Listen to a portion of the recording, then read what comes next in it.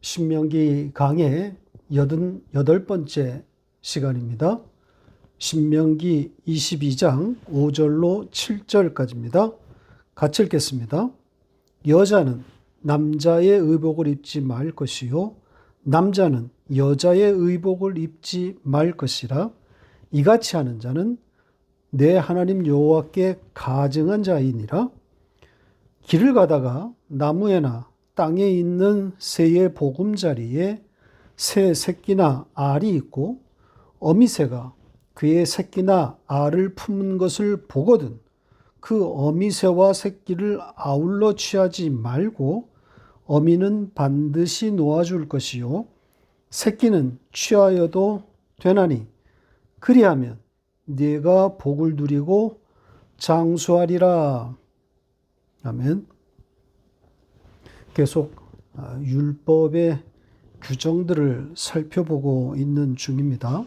앞에서도 그러했듯이 오늘 살펴볼 내용도 참으로 엉뚱하고 생뚱맞은 것들입니다.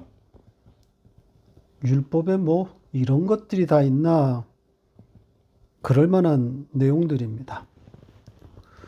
오늘은 두 가지 주제를 다루게 될 텐데요. 잘 읽으면 무릎을 탁 칠 만한 기가 막힌 내용들입니다.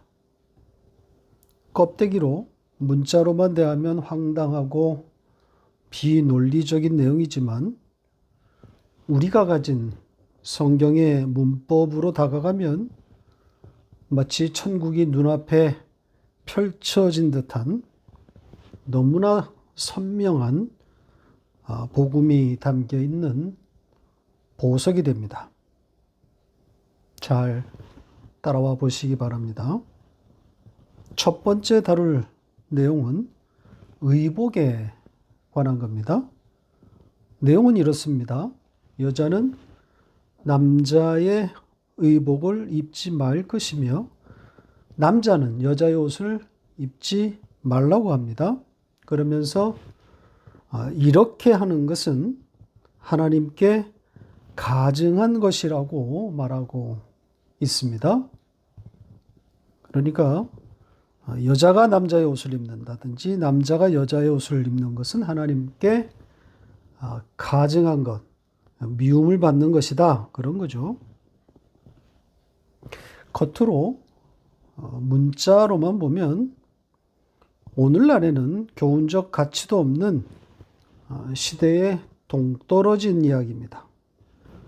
현대인들과 너무나 괴리가 있는 동떨어진 구시대 이야기인 거죠.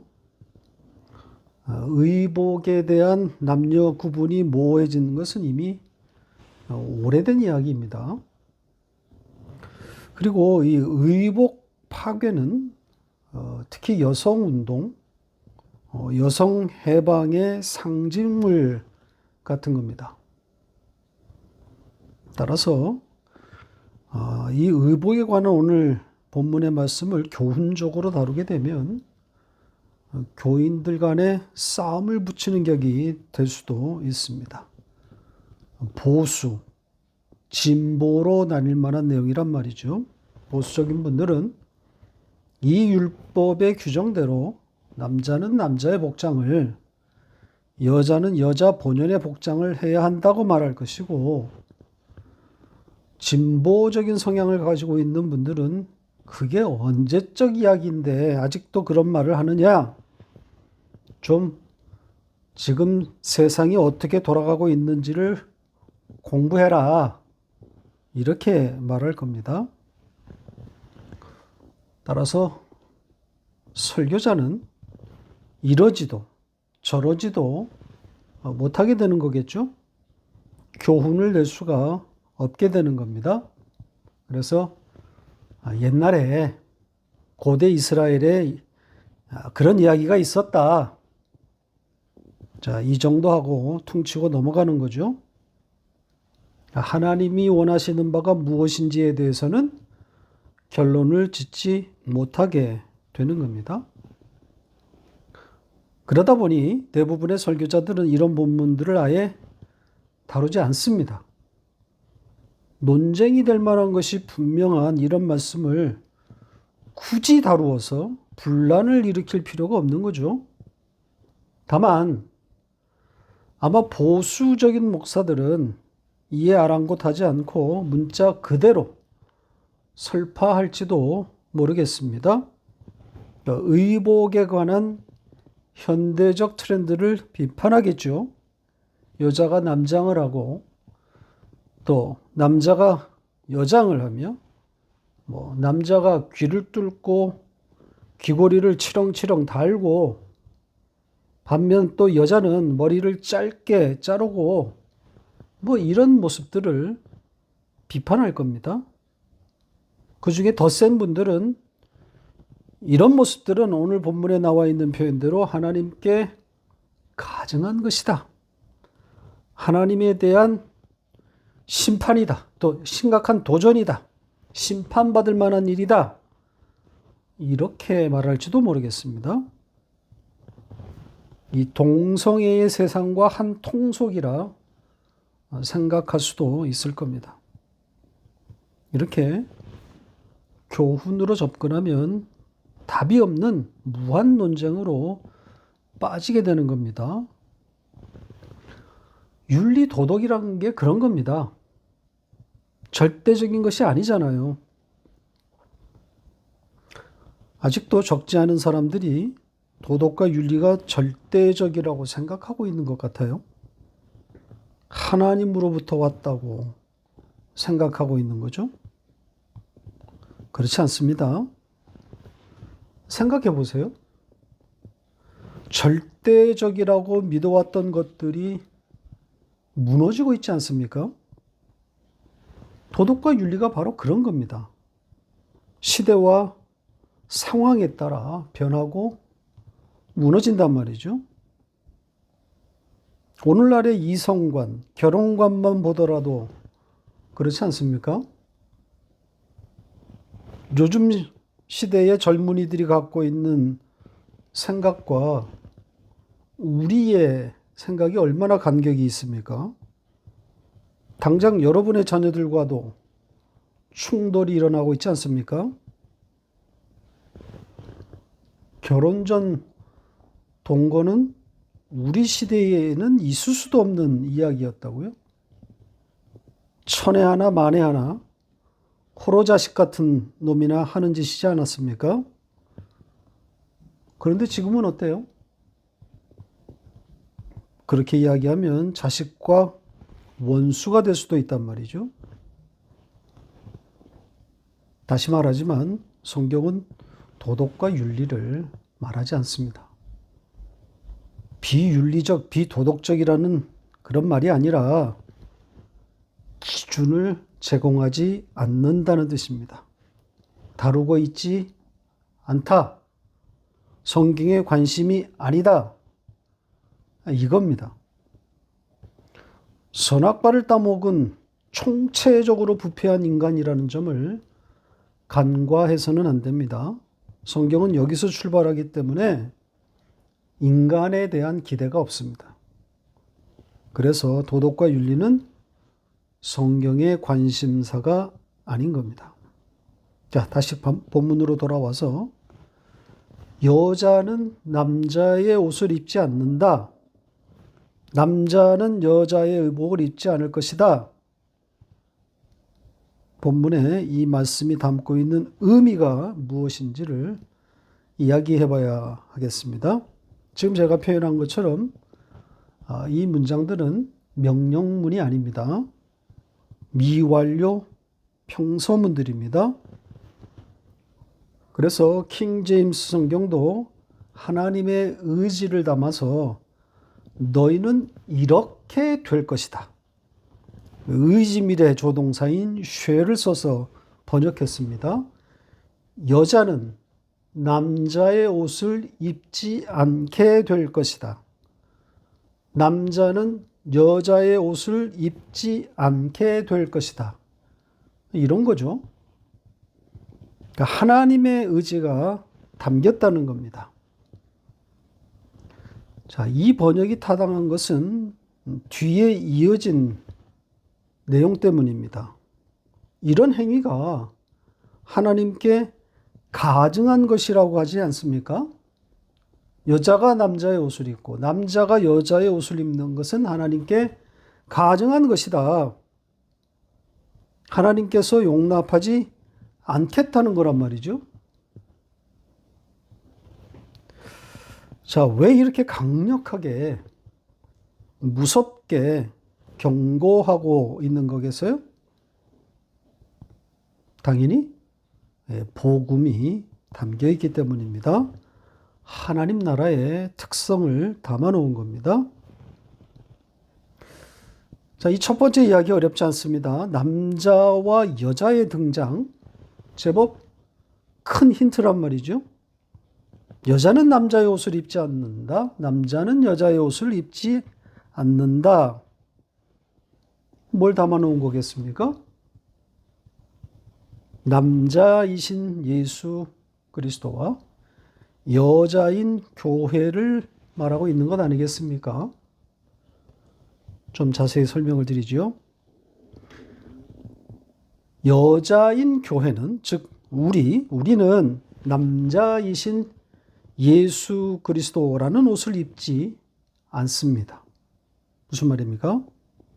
선악과를 따먹은 인간은 그 남자의 옷을 거부합니다.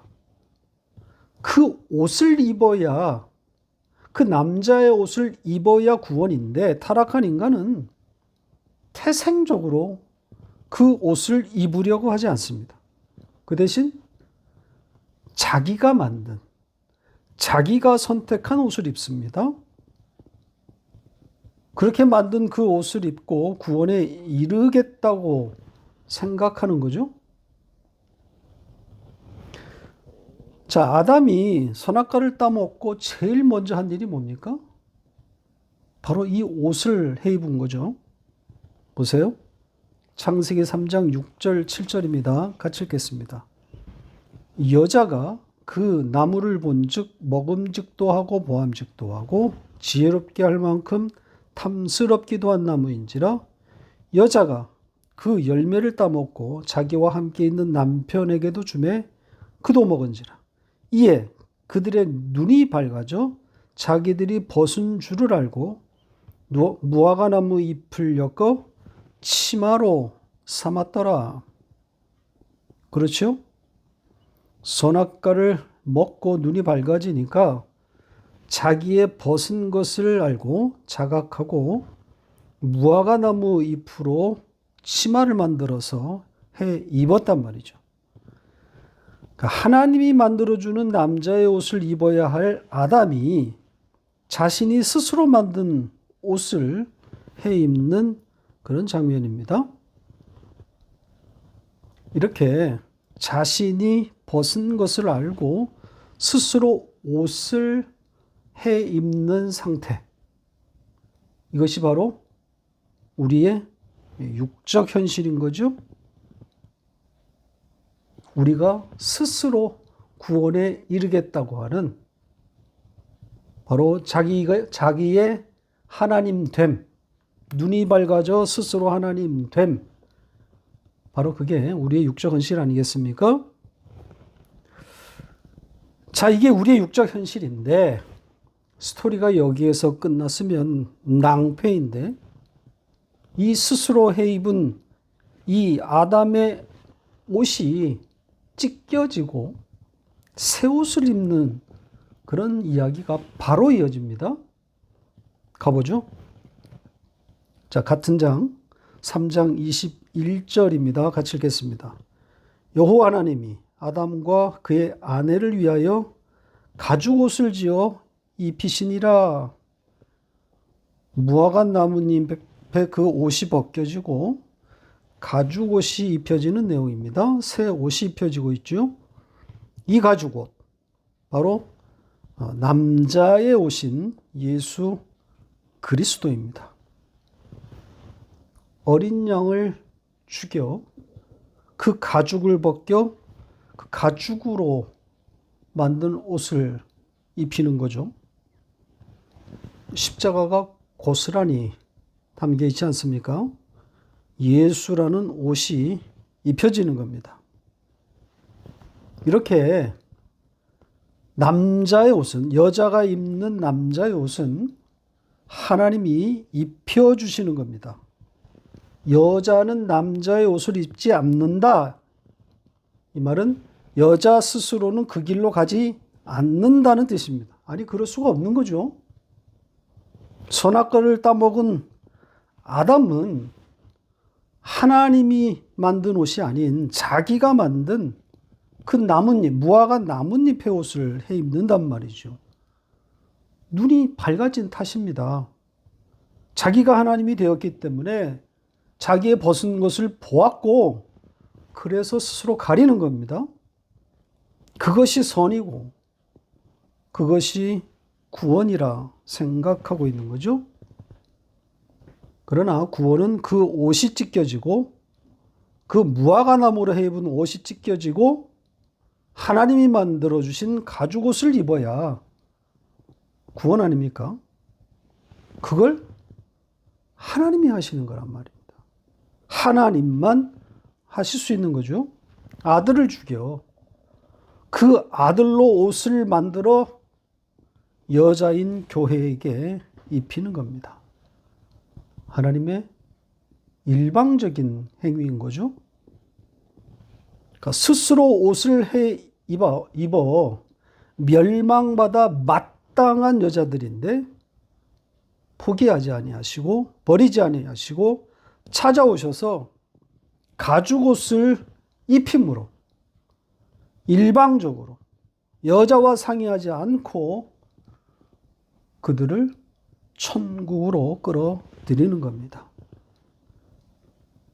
이것이 여자는 남자의 옷을 입지 않는다. 여기에 담긴 의미입니다. 자, 그러면 다음 문장인 남자는 여자의 옷을 입지 않는다. 자, 이 문장을 좀 보겠습니다. 앞 문장인 여자는 남자의 옷을 입지 않는다. 이 문장이 해석되었기 때문에 이것은 쉽게 풀려질 내용이겠죠. 남자인 예수 그리스도는 여자인 교회, 즉 우리죠. 우리의 옷을 입지 않는다는 거잖아요. 인간의 어떤 공교롭게 만든 아름다운 옷이라도 옷인들 예수를 덮을 수 있겠습니까?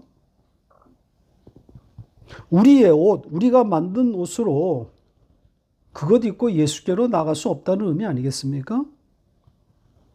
그 남자는 다른 것으로 치장하고 있어야 하는 겁니다. 그 남자, 그 예수 그리스도가 두르고 있는 것은 땅의 것이 아닙니다.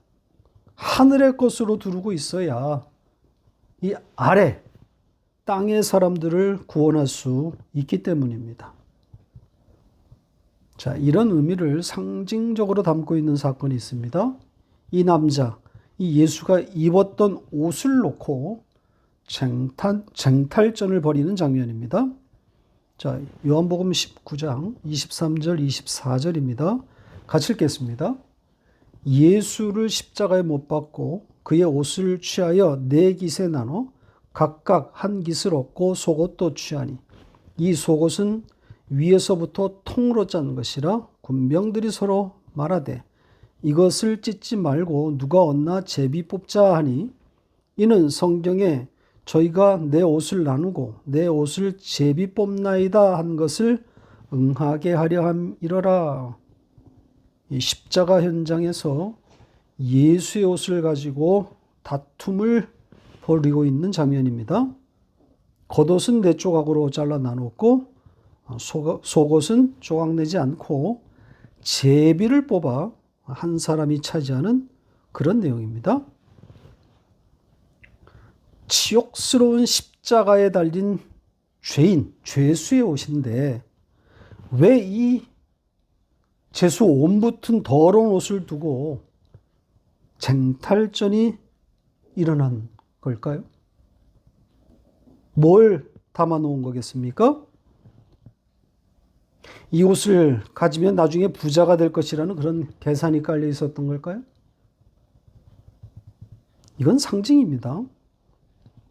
땅의 옷이 아니라는, 그 예수의 옷은 땅의 옷이 아니라는 의미가 담겨 있는 겁니다. 그래서 이 말씀 뒤에 말씀의 성취,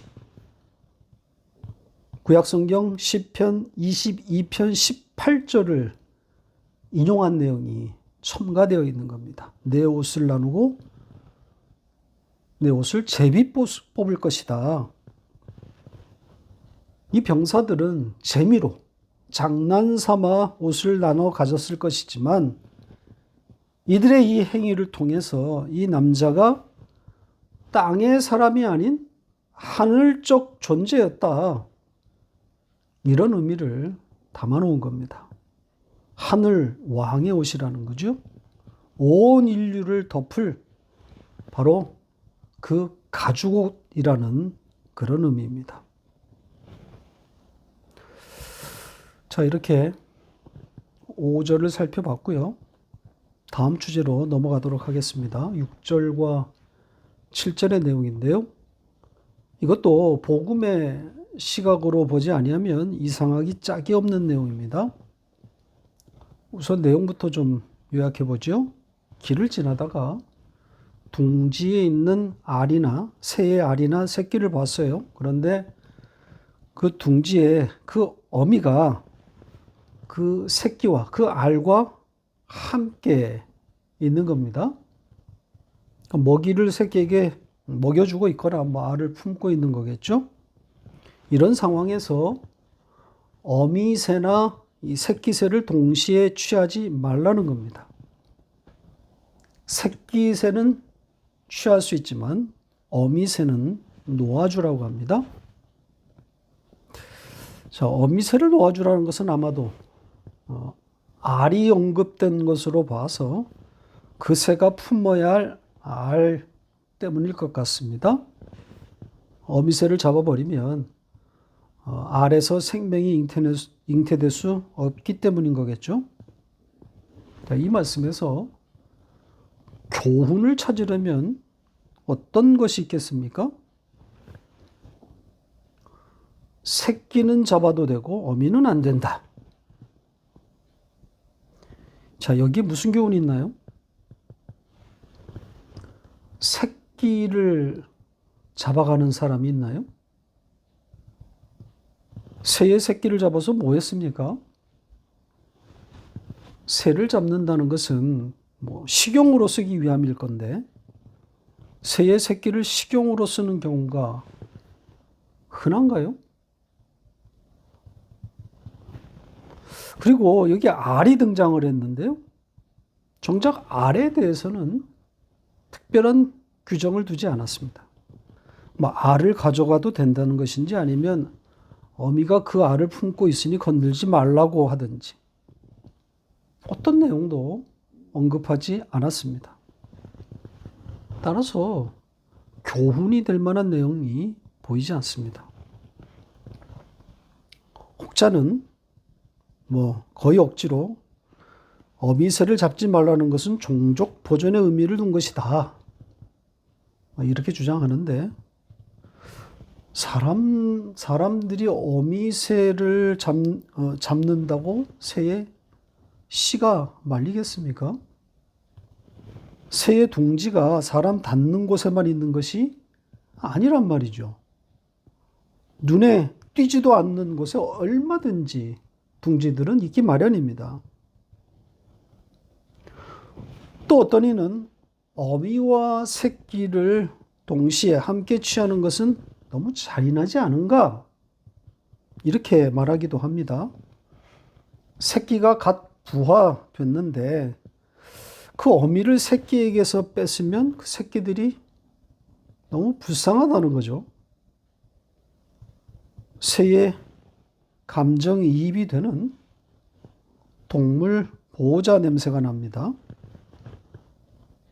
그럴 것 같으면 어미새에서 새끼를 뺏을 수 있다는 규정도 삭제돼야 하는 것 아닙니까? 갓 태어난 새끼를 어미에게서 빼앗아 버리면 그 어미가 얼마나 상심하겠습니까? 새끼도 건들지 말라고 해야 맞는 것 아닙니까? 자, 이런 식으로 접근하면 잡아먹을 동물이 하나도 없어요. 감정이입을 시키기 시작하면 인간은 풀떼기만 먹어야 하는 겁니다. 아니, 극단적으로 비약하면 풀조차도 생명이 있는 것이니 풀도 먹으면 안 되는 거죠. 뽑고 자르고 데우고 결국 입으로 넣어서 씹어버리고 다 학대 아닙니까? 이렇게 교훈을 찾아가다 보면 꼬리에 꼬리를 무는 논쟁만 생산할 뿐입니다. 다 부질없는 짓들입니다. 교훈을 찾을 생각 하지 마시고 예수와 십자가를 발견해 보세요. 담겨 있는 천국을 찾아가시라고요. 지금 이 말씀도 예수와 천국을 담아 놓았다고, 그렇게 읽어야 한다고 안내문을 뒤에 붙여놓지 않았습니까? 마지막 문장을 보세요. 뭐라고 되어 있습니까? 다시 보세요. 그리하면 네가 복을 누리고 장수할 것이다. 이런 내용이 첨가되어 있지 않습니까? 새끼는 취하되 어미를 놓아주면 너 복 받고 오래 살 것이야. 이렇게 말하고 있단 말입니다. 문자로만 보면 황당하기 짝이 없는 내용입니다. 어미새 한 마리 놓아줬다고 복이랍니다. 거기에다가 장수까지 약속되어 있단 말입니다.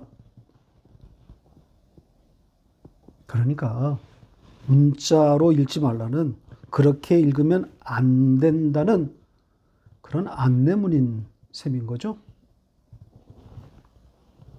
복을 누리고 장수한다는 것은 예수와 직결되었다는 의미 아닙니까? 천국 현실을 말하고 있는 거란 말이죠. 땅에서 잘 되고 오래 산다는 것은 그런 땅의 복을 말하는 것이 아니지 않습니까? 천국 현실에 대한 상징이란 말이죠. 부모를 공경했을 때도 이 표현이 나왔었고, 또 잠언 10장을 보면 하나님을 경외하면 장수하고, 그렇지 않은 악인의 수명은 짧다, 이렇게 말하고 있단 말이죠. 전부 천국, 그 천국 현실을 상징적으로 표현하고 있는 겁니다. 문자 그대로의 뜻은 일절 없어요. 하나님을 경외하지 않는 악인도 오래 사는 사람 수두룩하고요. 하나님을 경외한 사람, 잘 신앙한 사람 중에 단명인 경우도 허다합니다. 성경에 복을 누리고 장수한다는 표현들 모두 문자적으로 읽으면 안 되는 것들입니다. 전부 예수와 천국으로 직결되는, 연결되어 있는 것들입니다. 천국 현실을 담아놓은 표현들이란 말이죠. 따라서 오늘 이 말씀, 이 새에 대한 율법의 규정도 당연히 그렇게 읽어야 하는 겁니다. 상징으로 접근해야 합니다. 성령이 주시는 상상력을 발휘해서 예수와 복음으로 읽어내야 하는 거죠. 새끼를 품은 어미새, 여기에 집중해야 합니다. 새끼를 품고 있는 어미는 건들지 않는다. 핵심 내용입니다. 새끼를 품은 어미새에 대한 존중 아니겠습니까? 따라서 새끼를 품은 어미새, 어떤 형국을 말하고 있는 거겠어요? 왜? 하늘 아버지의 우리를 향한 사랑, 하나님의 택한 백성을 향한 그 하나님의 사랑을 상징적으로 담아놓은 것 아니겠습니까? 혹은 우리를 위해 그 품은 새끼마저도 포기하시는 하나님의 사랑, 이렇게 볼 수 있을 겁니다. 여기에 어미가 품은 새끼를 죄인인 우리로 볼 수도 있고, 아니면 그 어미의 품에서 떨어져 빼앗겨버린 하나님의 독생하신 아들 예수라고 볼 수도 있을 겁니다. 저는 후자의 경우가 더 적절하다고 생각합니다. 어미의 품에 있었던 새끼가 누군가에 의해 탈취되고 있잖아요. 아까도 잠깐 언급했지만 이 둥지에 새끼를 빼앗아가는 사람은 없어요. 새끼는 쓸모가 없잖아요. 경험상 이런 일은 거의 일어나지 않는 일이란 말이죠.